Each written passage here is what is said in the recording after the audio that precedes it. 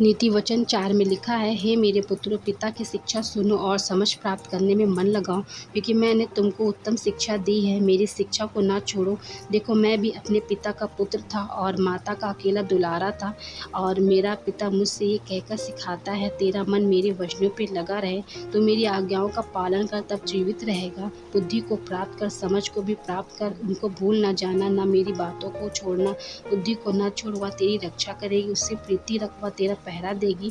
बुद्धि श्रेष्ठ है, इसलिए इसकी प्राप्ति के लिए यत्न कर।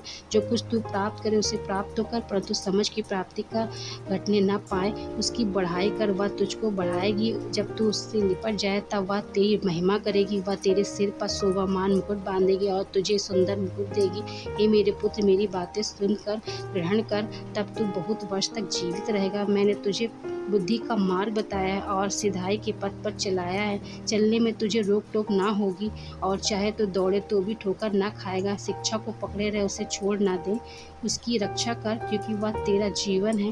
दुष्टों की राह में पाँव ना रखना और न बुरे लोगों के मार्ग पर चलना। उसे छोड़ दे, उसके पास से भी ना चल, उसके निकट से मुड़कर आगे बढ़ जा, क्योंकि दुष्ट लोग यदि बुराई ना करें तो उनको नींद नहीं आती, और जब तक वे किसी को ठोकर ना खिलाए तब तक उन्हें नींद नहीं मिलती।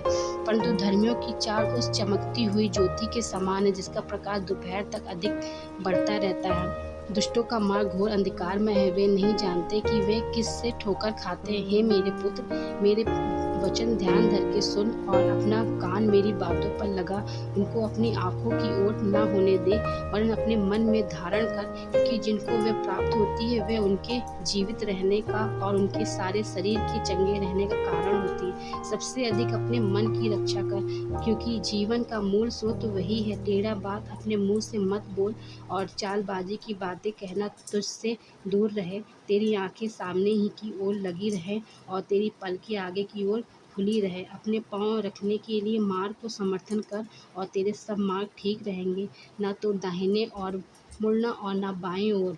अपने पाँव को बुराई के मार्ग पर चलने से हटा ले। इस वचन और के पढ़े सुने जाने पर परमेश्वर आप सभी को आशीष दे। आमीन।